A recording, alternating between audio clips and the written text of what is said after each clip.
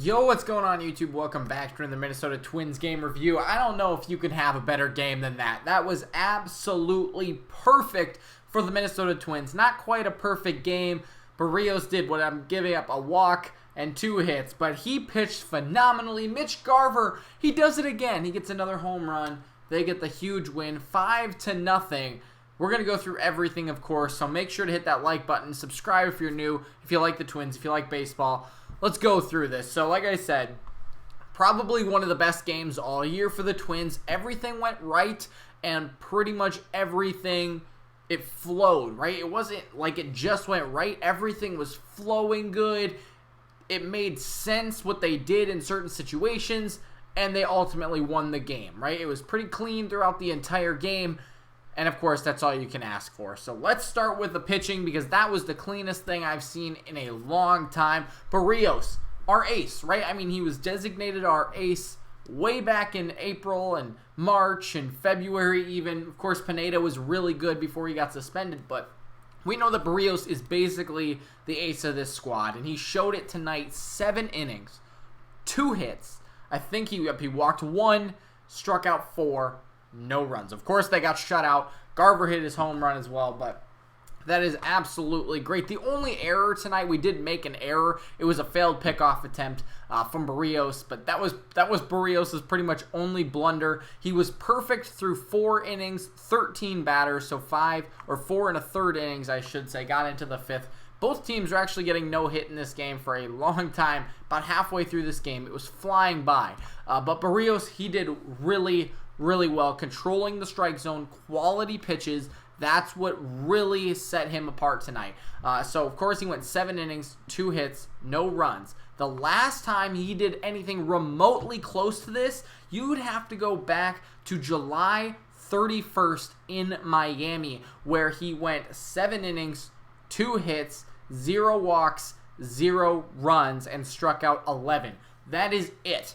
In every other start since then. So what, his last 6 starts, he's given up at least 3 earned runs and at least 6 hits per game. Tonight, absolutely incredible.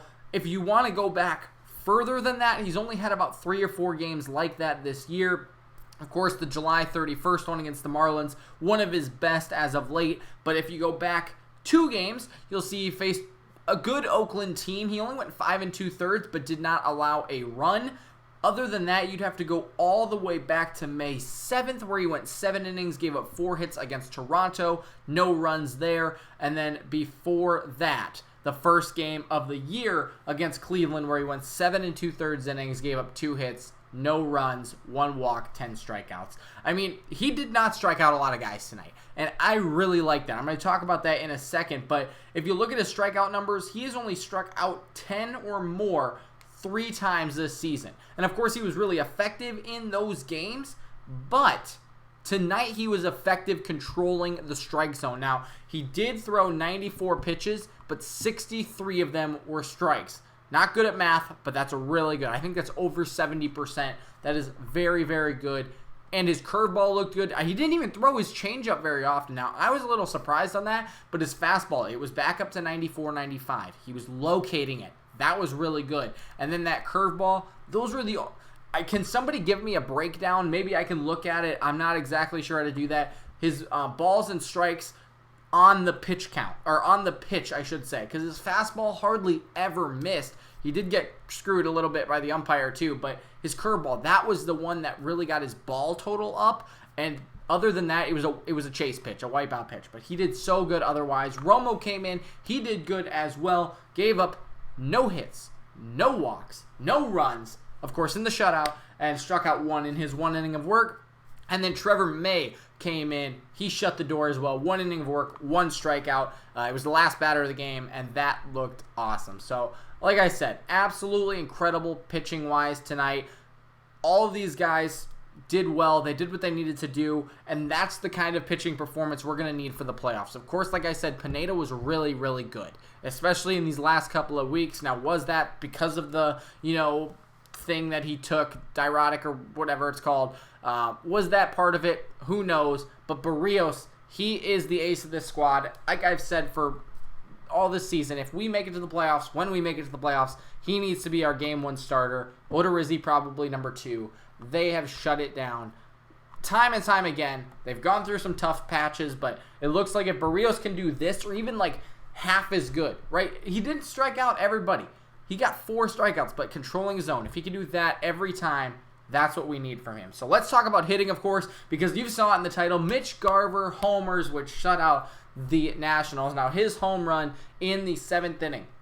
I called it. I just want to put that out there. But regardless of that, that was absolutely a moonshot. 425 feet. His 4th home run in 3 days, dating back to last Saturday where he hit 2. Then Sunday he hit 1. And then, of course, the off day today. 4 home runs, 3 days. And that is also home run number 30. The 3rd Twin this season to hit 30 home runs. The last time the Twins did that, you'd have to go back to 1987. We all know what happened in 1987.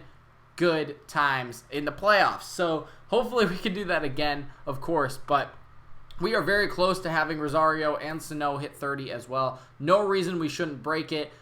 That is absolutely incredible. Garver, a moonshot into the 2nd deck. Like I said, I called that one. But it was just a great shot. I mean, that was absolutely off the bat. You knew it was gone. Great call there by Richard, and that was a lot of fun to watch. I mean, that's what really sparked us. Like I said, we were getting no hit through 5 innings, just about 4 2/3 innings or something by Sanchez. He did really well tonight. We were no-hitting them, perfect gaming them for a while. That was incredible. And then we came alive, and we got that spark we needed, and we put 2 up in the 7th. Rosario led off the inning with a double. That was really good. And then in the 8th inning, we got more runs across, of course. That's what really opened the door. Jonathan Schoop hit by a pitch. We all know that when you get hit, you get walked. The first batter of the game or the first batter of the inning, that's good. It's good for you. Got hit right in the wrist. I hope he's okay. But, hey, he got on first base. Luis Arraez singles behind him. He had a good night. Polanco doubles after a wild pitch, scores both of them. We're up 4-0. And then, Nelson Cruz struck out. Rosario was intentionally walked, but Garver, he walks to load the bases, and we bring in, Adrianza was already in, but he gets a sacrifice fly, puts us up 5-0. And if you just look at that inning, how many times have I said consecutive hits win you games? And you can put quotes around that and say walks, hit by pitches as well. You got the hit by pitch, single, double. That's 3 consecutive hits led to 2 runs. Then you go back to back, or later on in the inning, intentional walk, and a sacrifice fly. Technically, 3 consecutive good things that happened. It scored a run. That was really good tonight. That's what we needed.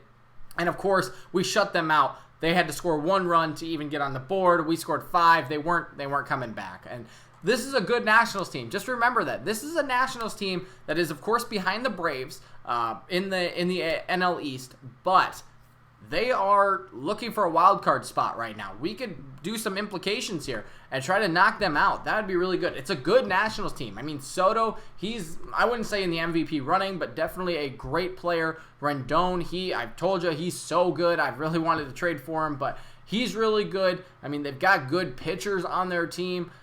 We are going to be in a run for our money these next 2 days, but a good shutout victory tonight from Jose Berrios, the rest of the pitching staff, and Mitch Garver doing it again. Let's go through the rest of the hitters tonight.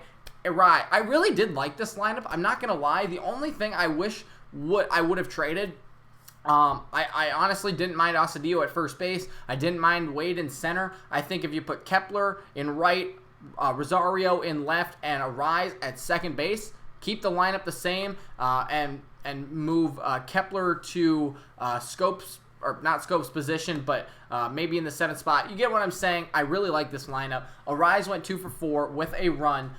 Miller came in to play center. He didn't get an at-bat, but Polanco 1 for 4, 2 RBIs on his double, scored a run as well. Cruz did go 0 for 4 tonight. He was pretty much the only guy who wasn't really in rhythm, but that's okay. Rosario 1 for 3 tonight with his run. Garver 1 for 3 with his home run, 2 RBIs, which really got us out front of, as I mentioned. Adrianza 0 for 3, but he had an RBI on the sac fly. Asadillo 1 for 3, which actually broke up the no-hitter in the 5th inning. Crone went 0 for 1 because he's really struggled lately. Wade 0 for 3. He had a rocket. He had 2 rockets, actually. Actually, all 3 of his balls that he hit tonight were really hard. One was robbed by a first baseman. One should have been a home run. And the other one was a deep fly to center field. All good hits tonight. He's going to be a good player if he can just get those to fall. And once they fall, he's going to be really good. And the Scope, of course, 0 for 1, did get hit and scored the run. Also got walked once. He had a good night, even though he went 0 for. But that's a really good night. The last thing I want to say is the Yankees have tied the Twins now for home runs. I'm not sure exactly how that game is going right now. They were tied going into the bottom of the ninth at 11 against Detroit. But we are now tied with the Yankees at 276 home runs because of Garver's tonight in the 7th inning.